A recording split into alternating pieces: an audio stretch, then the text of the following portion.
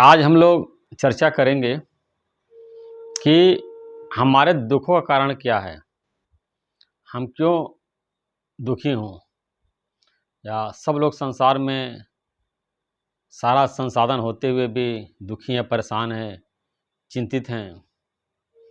तो गुरु नानक साहब का दोहा है, सकल सृष्टि का राजा दुखिया, हरि का नाम जपत होए सुखिया। सारे संसार का राजा है, वो भी दुखी है।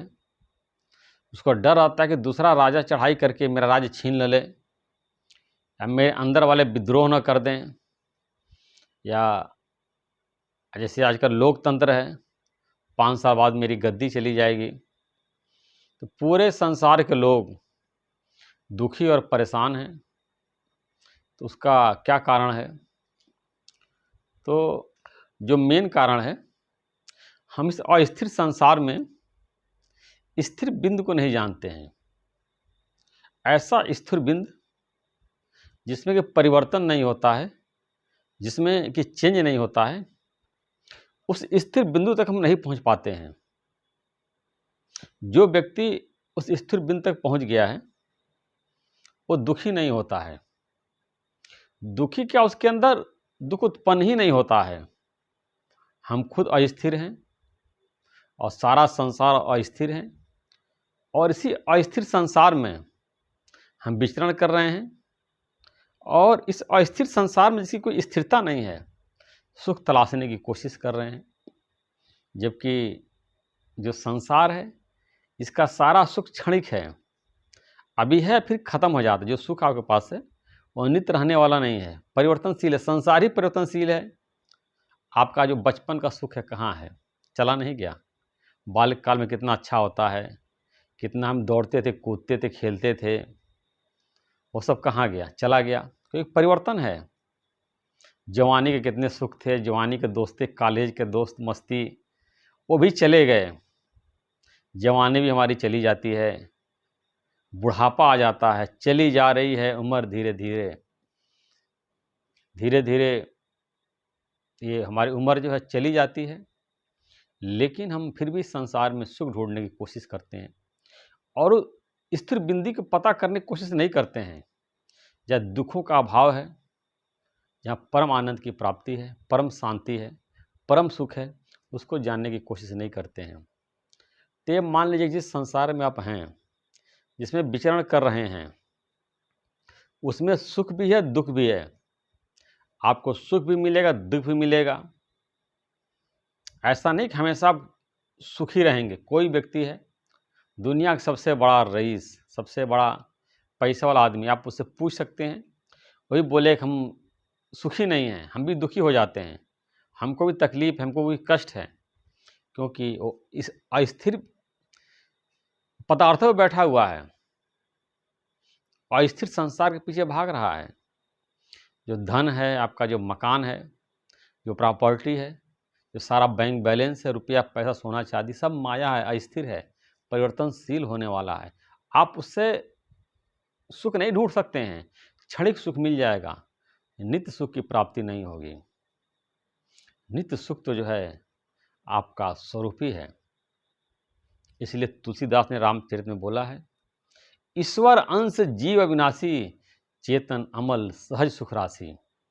आप परमात्मा के अंश हैं, अविनाशी, आपको विनाश करने में कोई समर्थ नहीं है। चेतन है, चैतन्य है, अमल है, आप पर कोई मल नहीं है। सहज सुख राशि, आप सुख के खान हैं। आप क्षणिक सुख प्राप्त करने का अधिकार नहीं है। क्षणिक सुख तो पशुओं के लिए बना हुआ है। मनुष्य जन्म पाई के जिन्होंने जाना ज्ञान, खाना पीना भोगना तिनका पशु समान।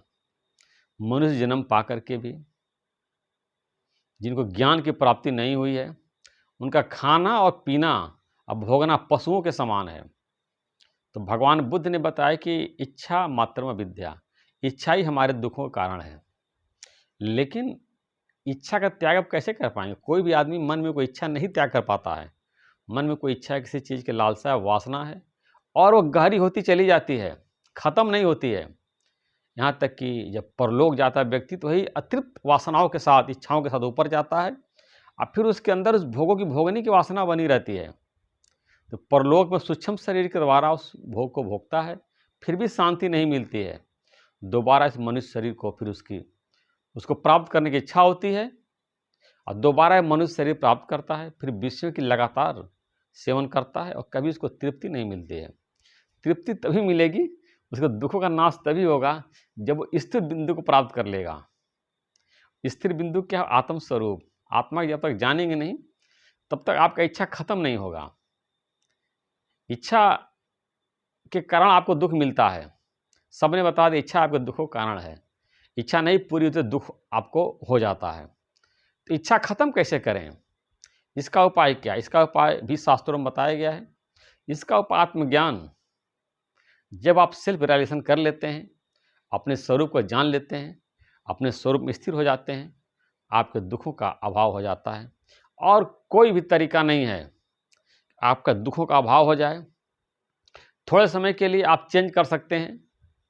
कोई परेशानी आई, कोई मुसीबत आया, आप कहीं घूमने चले गए, फॉरेन टूर पे चले गए, इंडिया में कहीं चले गए, या मूवी देखने चले गए, या दोस्त के यहाँ चले गए, या दोस्त को बुला लिया, घर में पार्टी कर लिया, टीवी देख रहे हैं या किताब पढ़ रहे हैं, लेकिन क्षणिक तो आपको उससे रिलीफ मिलेगी, परमानेंट नहीं मिलेगी। परमानेंट जो है तभी मिलेगा जब अपने स्वरूप को जान लें। लेकिन स्वरूप को जानना भी इतना आसान नहीं है। आत्मज्ञान प्राप्त करना और अपने स्वरूप में स्थित होना, ये भी बहुत दीर्घकाल का अभ्यास करना पड़ता है। सात्विक जीवन शैली अपनानी पड़ती है। सत्वगुण की जो बात भगवत गीता में आई है उसका अभ्यास करना पड़ता है। चित्त से जब मलिनता जाती है, चित्त शुद्ध होता है, तो आत्मज्ञान की प्राप्ति होती है। तो फिर हम संसार में कैसे सुखी रहें और दुखों को कैसे समाप्त करें? तो आप उसके लिए अच्छे विचार रख सकते हैं। जो ज्ञानवर्धक पुस्तकें हैं जिसमें पॉजिटिव विचार लिखा हुआ है उसको पढ़िए, उसको मन में अच्छे विचार को रखिए और उस पर चलने की कोशिश करिए, तभी आप दुखों से छूट सकते हैं। और जो दुखों का जो दूसरा मेन कारण है अटैचमेंट। जब जो है हमारे किसी से अटैचमेंट होती है, किसी में आसक्ति होती है, तो हमको दुख होता है। जैसे कहने के लिए किसी के लड़की में आसक्ति है, पुत्र में आसक्ति है, पुत्र मंद बुद्धि का है, पढ़ाई में पीछे है, तो हम दुखी हैं क्योंकि हमारे पुत्र में आसक्ति है। दूसरे का लड़का बेवकूफ़ है, 10 बार फेल हो रहा, कोई लेना देना नहीं है, मंद बुद्धि का है, पागल है, नहीं पढ़ रहा, कोई मतलब नहीं, बेरोजगार है। लेकिन अपने लड़के को जरा खरोच आ जाती है, हमको धक से होने लगता है। या कभी कभी स्कूल गया, आने में देरी होगी, सोचते हैं बहन की पलट तो नहीं गई, निगेटिव सोचने लगता है। तो अटैचमेंट भी हमको दुख देता है। अटैचमेंट के कारण भी हम दुखी सुखी होते हैं। और अटैचमेंट भी जो आत्मज्ञान से जाएगा, जब तक आत्मज्ञान नहीं होगा, आपकी आसक्ति नहीं खत्म नहीं होगी। सिर्फ आत्मज्ञान से ही आपकी आसक्ति खत्म हो सकती है। और तीसरा जो मुख्य कारण अहंकार। ये अहंकार भी हमको बहुत दुखी देता है, बहुत दुखी करता है। पता नहीं चलता है कि हम अहंकार से भी दुखी हो जाते हैं। आप जैसे जाइए ये पार्टी वार्टी में और आपको कोई निगलेक्ट करे, न पूछे, दूसरे को ज़्यादा पूछ दे, ये भी अंदर से हमको दुखी कर जाता है। हमको पूछा नहीं, हमको निगलेक्ट कर दिया, किसी को ज़्यादा थोड़ा सा आवभगत हो गई, ज़्यादा सम्मान, वहाँ दुखी हो जाते हैं। उसको सम्मान ज़्यादा क्यों मिल गया, तो अंदर से ईगो है वो जलता रहता, दुखी होता रहता है। दूसरे को ज़्यादा सम्मान मिलता है, दुखी हो जाते हैं। या किसी ने अपमान कर दिया, अरे वो कोई ऊंची आवाज़ में कोई बात बोल दी, ऊंची टोन में बोल दिया, दुखी हो जाता है। हमसे ऊंची आवाज़ उसने बात किया, ऐसा बोल दिया, तो किसको ठेस लगती है? शरीर तो 5 तत्व का बना है, मुर्दा जड़ है, इसको चोट लगती नहीं है। लगती अहंकार। तो हमारा जितना बड़ा अहंकार है उसको उतना ही दुख होता है। कहता है इसने मेरे ईगो को ठेस पहुंचाया है, मेरे ईगो को मत टच करना, मेरे ईगो को मत छोड़ना, मेरे ईगो को मत छेड़ना, नहीं तो उसका अंजाम बहुत बुरा होगा। तो अक्सर देखते हैं कि लोग जो है अहंकार के कारण जो है दुखी होते रहते हैं, परेशान होते रहते हैं और अंदर से उनको दुख प्राप्त होती है। तो हमारे दुखों का जो कारण है इच्छा, आसक्ति, अहंकार और सबसे बड़ी बात स्थिर बिंदी, जो हमारा स्वरूप उसको भूले हुए हैं, भटक रहे हैं, वो भी हमारे दुख का कारण है। तो अगर आप इन सब दुखों से छूटना चाहते हैं तो उसका एक ही उपाय आत्मज्ञान। आत्मज्ञान से ही आपके सारे दुखों का नाश हो सकता है, कोई तरीका नहीं है। बाकी जो अच्छे विचार हैं, जो गीता में, उपनिषद में, भागवत में, रामायण में, वेद पुराण में लिखे गए हैं, उससे आपको मानसिक शांति मिलेगी, उससे खुशी मिलेगी, आनंद मिलेगा। भगवान का नाम लेने से तत्काल दुखों का नाश हो जाता है। लेकिन जो मेन कारण हमारे दुखों का जो है कि हम अपने आप को भूल गए हैं। इसीलिए आया है, जब तू भूली आपको तब व्यापे संसार। जब हम अपने आप को भूल जाते हैं तब संसार के दुख सुख, मान अपमान, लाभ हानि, ये सब हमको दुखी करता है। तो चलिए कोई बात नहीं, आप समझिए कि संसार में आपके पास दुख आया है तो दुख चले जाएंगे, सुख भी आएगा। क्योंकि कोई भी चीज़ जब संसार ही परिवर्तनशील है, इसका दुख कैसे स्थिर रहेगा, ये भी परिवर्तनशील है। आप देखें कितनी बड़ी दुख हो, बात हो, वो 1 महीने बाद, 2 महीने बाद, 3 महीने बाद, साल 2 साल बाद कम होने लगती है। व्यक्ति उसी का वो रूप हो जाता है। तत्काल में लगता है कि बहुत ज़्यादा तकलीफ, बहुत मुसीबत है, लेकिन उसी का आदी हो जाता है। ऐसा सोचते कि मेरा इतना मकान है, दुकान है, गाड़ी है, बंगला है, इतना शान शौकत है, मेरा बिजनेस डूब गया है, मैं सड़क पे आ गया हूँ, मेरे लोग क्या हंसेंगे, मजाक उड़ाएंगे। तो थोड़ा दिन मजाक उड़ाते हैं, 1 महीना, 2 महीना, 3 महीना, लेकिन बाद में सब नॉर्मल हो जाता है। तो जैसे आप देखिए तूफान आता समुद्र में कितना तेज आता है और कितने मकान, दुकान, बिल्डिंग सब उड़ा देती है। भले 1 दिन, 2 दिन, 3 दिन, 4 दिन, 1 हफ्ता, 1 महीना परेशानी होती है, फिर सामान्य हो जाता है। अब देखिए भूकंप आता, पूरी धरती फट जाती, बिल्डिंग गिर जाता है और कितने लोग मर जाते हैं, लाखों लोग, हजारों लोग मर जाते हैं। उसके बाद क्या सृष्टि रुकती है? फिर मकान बनते हैं, फिर निर्माण होता है, फिर नए जीवन की शुरुआत होती है, फिर से सब कुछ हरा भरा हो जाता है और फिर से जीवन चल बसता है, फिर से जीवन की शुरुआत हो जाती है। कोरोना देखिए, कोविड-19 के कारण कितनी जो है लॉकडाउन, पूरा शहर देश सब बंद था, सबकी नौकरी चली गई, रोजी चली गई, फिर भी कोरोना हारा और मानवता ने कोरोना पे विजय प्राप्त किया। अब फिर से जो है सड़क पर गाड़ियाँ दौड़ने लगी हैं, जीवन की जो है शुरुआत हो गई है और सब जो हर चीज़ जो है गतिविधियाँ चालू हो गई हैं।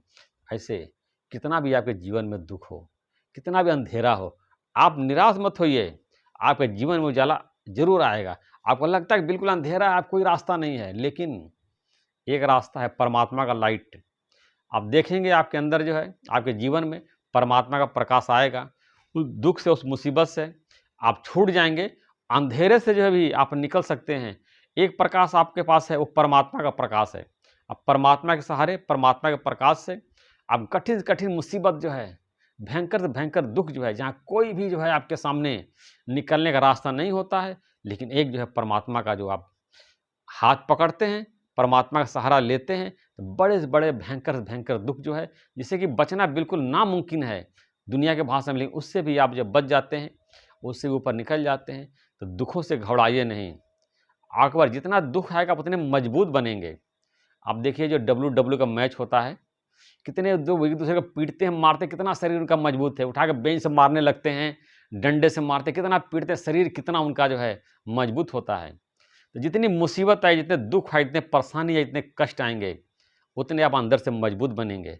कहावत है कि हम जितना मार खाते हैं, हमारी पीठ उतनी मजबूत होती है। तो कोई भी दुख मुसीबत आएगा, आपको मजबूत बना के चला जाएगा।